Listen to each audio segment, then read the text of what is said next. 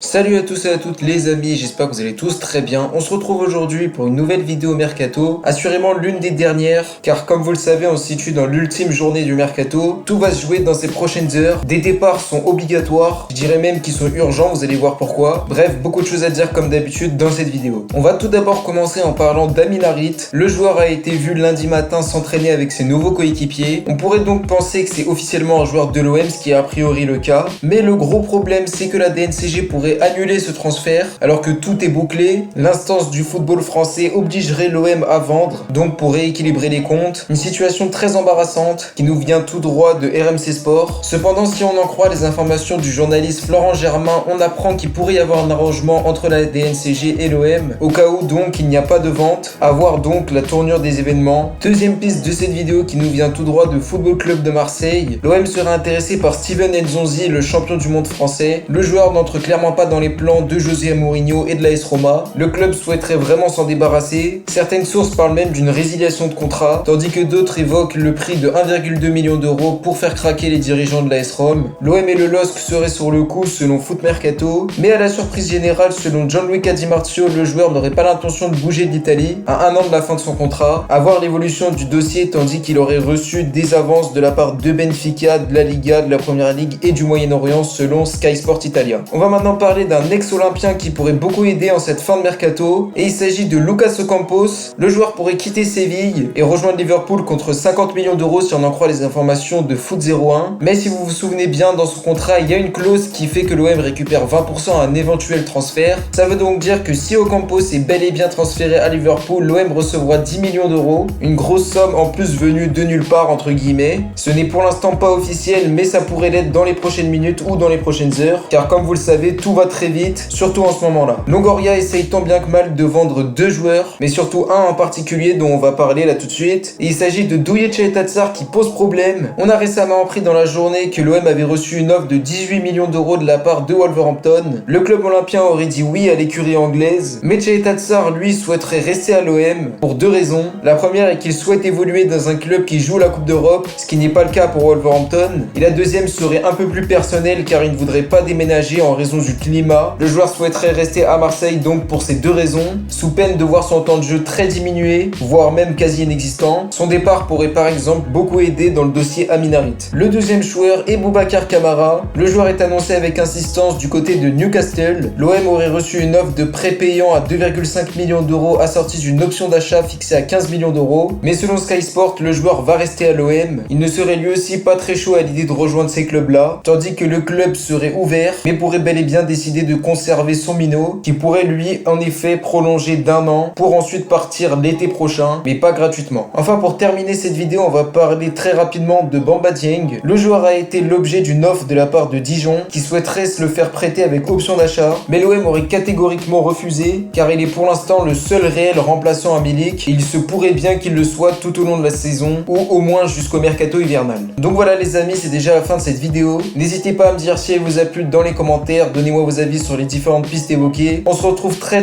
vite d'ici là. Prenez soin de vous, c'était Kalash. Ciao à tous!